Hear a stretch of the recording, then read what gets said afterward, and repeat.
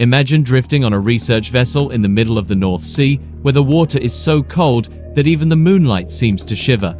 The night is flat and silent, broken only by the slow slap of waves against the hull, and beneath you lies another world. Down there in the thick darkness, something glides across the seafloor, its body like coiled steel fins shaped like bat wings and eyes that glow faintly in a place untouched by sunlight. They call it the ratfish, a strange name for an even stranger creature. It is the last survivor of an age that vanished hundreds of millions of years ago, when the ocean was evolution's laboratory and sharks were its maddest inventors. They grew wings, anvils, even saw-blade jaws, all to answer one question from nature: how do you stay alive beneath the waves? And when every marine dynasty had fallen, this small creature remained the final sigh of the shark golden age. By the Silurian period, around 439 million years ago, primitive sharks had truly appeared.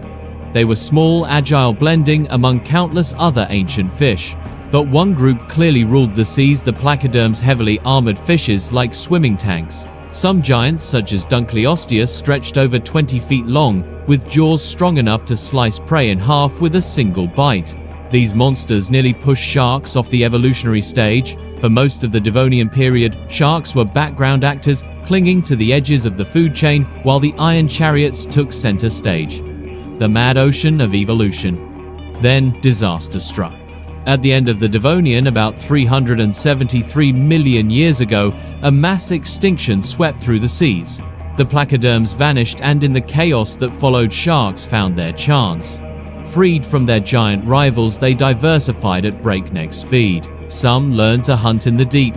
Others became living grinders, swallowing anything that drifted by. By the dawn of the Carboniferous, around 359 million years ago, the oceans had warmed into vast tropical Edens, and there, sharks began to transform. Near the equator, 6 or 7 out of every 10 fish were shark relatives. At Bear Gulch Limestone in Montana, fossils still capture that moment in perfect detail, not just teeth, but soft tissue, skin and fins, allowing us to meet the wildest cast in evolutionary history. There was synechodus, eel-bodied, ambushing prey from cracks in the rock. Xenacanthus, flat like a ray, crushed shells with its pavement-like teeth. And Iniopteryx, the flying shark, used massive pectoral fins to hover up and down like a tiny submarine. But the strangest of all was stethacanthus, the shark with a giant toothbrush growing from its head. That anvil-shaped fin bristled with hundreds of tiny spikes, possibly for intimidation or courtship, two behaviors often confused but equally dangerous. Evolution, it seemed, was experimenting freely, no deadlines attached. Some species even grew to monstrous size. Synechodus reached nearly 26 feet long, rivaling today's great white. Fossils from Mammoth Cave in Kentucky reveal its familiar silhouette, the ancestor of the modern ocean's top predator. Sharks conquered not only the sea but also rivers and lakes.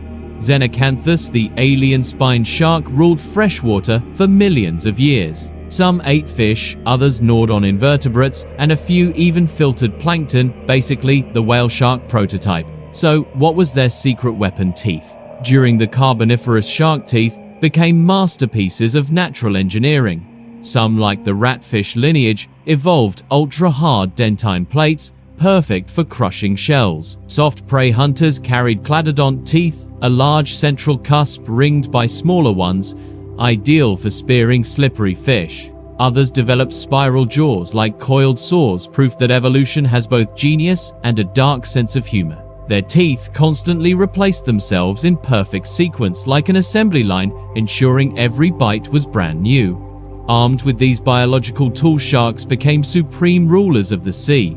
From shallow lagoons to the abyss, saltwater to freshwater, they filled every ecological niche. No other vertebrate group has ever matched that range since.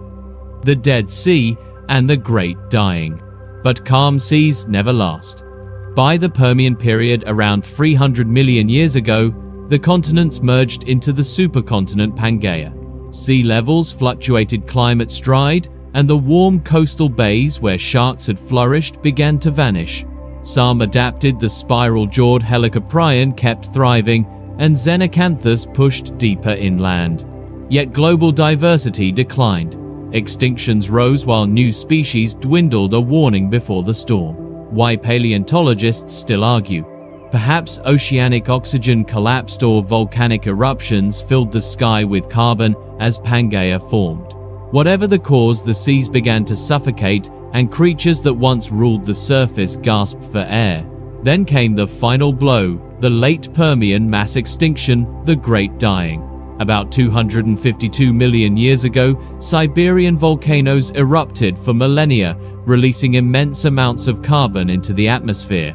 The oceans turned acidic, hot, and nearly lifeless. Over 80% of marine species vanished, and sharks were not spared. Unlike the Devonian disaster, which had opened new doors, this one slammed them shut. Specialization became a curse. Species finely tuned to narrow habitats could not survive global collapse. And so the golden age of sharks ended, not with a roar, but with the terrible silence of a dead sea.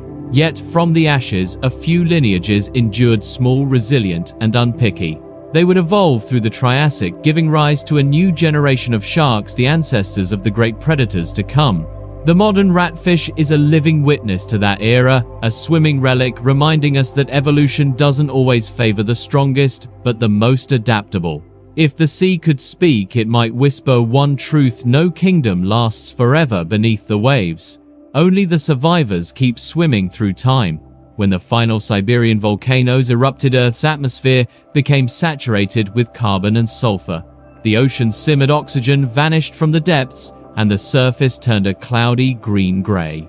That was the moment the world of sharks stopped breathing. In the chaos, the rulers of the Carboniferous, those bizarre forms with spiral jaws, anvil heads, and winged fins, vanished one by one. They had traded adaptability for specialization. The same evolutionary law that once crowned them now turned against them. A brilliant era ended in just a few million years, barely a blink in geological time. But not all were lost. Some generalist sharks, less strange, less refined, endured. They could eat anything, swim anywhere, and withstand chaos better than their exquisite cousins. Oxygen isotope analysis of their teeth suggests that these survivors often came from deeper waters or near equatorial regions, where the Great Dying hit less severely. Ironically, mediocrity saved them. When the planet finally calmed, the Triassic began a new dawn. The seas were sparse, ecosystems rebooted, and the surviving sharks started filling the empty niches. Some ancient lineages evolved into new forms, such as the hybodontiformes, the comb-toothed sharks that roamed Pangaea's shallow seas. Fossils from Germany and Morocco show that hybodus developed spined dorsal fins and hybrid teeth, part grinder, part cutter, a perfect multi-tool for whatever came its way. As time drifted into the Jurassic and Cretaceous, the shark renaissance accelerated. The Neoselacians, the ancestors of truly modern sharks, appeared. During this era, their lineage split into rays and primitive hammerheads, expanding from coastal shallows to deep oceans. A fossil from Lebanon reveals that the ancient shark synechodus already had a jaw structure similar to the great white, proving a continuous evolutionary thread spanning over 200 million years. By the Miocene, about 23 million years ago, a colossal descendant arrived, Carcharodontes megalodon, nearly 60 feet long. It was the final apex of the ancient shark dynasty, before vanishing roughly 3 million years ago, likely due to competition with the killer whale Orcinus orca and changing climates. What remains today is the legacy of adaptation. The great white, the hammerhead, the rays, the skates, and the humble ratfish, the living witness of the golden age. Even now, ratfish glide along the seafloor more than 3,000 feet deep, crushing crustaceans with mineral-coated cartilage teeth, almost unchanged since their ancestors of 400 million years ago. If you enjoyed this content, please like and subscribe. It helps YouTube's algorithm recognize and recommend our videos more positively. Echoes beneath the waves. From a geological point of view, the ratfish is a breathing time portal, offering us a glimpse into a world where sharks were evolution's wildest inventors. They tested every blueprint nature could dream up: saws, anvils, wings, spiral teeth, and left us with a quiet message. Life doesn't reward perfection, it rewards timing. The survivors of the Great Dying weren't the strongest, but the most flexible and humble of principle. that would later define the entire Mesozoic and Cenozoic eras. Modern evolutionary models call this an adaptive radiation reset, a moment when mass extinction clears the ecological slate, allowing new life to bloom. Each extinction isn't just an ending, it's a renovation. The Devonian, Carboniferous, and Permian all prove that after every collapse, nature rewrites the rules. Across shark history, we can trace three great breaths. The flexible, beginning from the Silurian to the Devonian, when sharks were small survivors powered by adaptability. The creative explosion, the Carboniferous, when they tried every evolutionary design imaginable. The selective rebirth from the Triassic onward, when the practical forms endured refining into modern sharks. That rhythm mirrors our planet itself. When change comes too fast, the strangest and most specialized fall first. Yet, in those gaps, life grows wiser and tougher.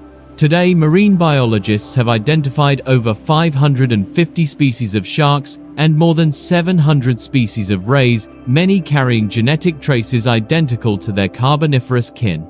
Genes linked to cartilage mineralization and electroreception in their heads still function almost unchanged, living relics of 400 million years of continuous evolution. So the next time you see the shadow of a great white glide past an underwater lens, remember that bloodline once flowed through some of the strangest shapes nature ever conceived. And far below, the ratfish still drifts through the dark like the final comma in the long unfinished sentence of evolution's golden age. If you listen long enough, you might still hear it, the distant rhythm of spiral jaws, winged fins, and the wild architects that once turned the oceans into life's greatest laboratory. Because in the heart of the sea, nothing truly disappears. It only waits to be told again. This is the story of a forgotten golden age, when the ocean was evolution's workshop and nature played with its strangest ideas. From sharks that grew anvils on their heads to spiral jaws like buzzsaws, each was real, and each vanished beneath the poisoned waves of the great dying. When the dust of time settled, only a few remained swimming quietly through the dark, carrying the memory of an empire. If you're curious to know what made the ocean both cradle and grave for Earth's strangest creatures, come dive with me into the timeline of the sea. What do you think? Did life truly evolve through strength or through adaptability? Leave your thoughts below, and don't forget to like, subscribe, and ring the bell so you don't miss the next journey where the past still breathes beneath the waves.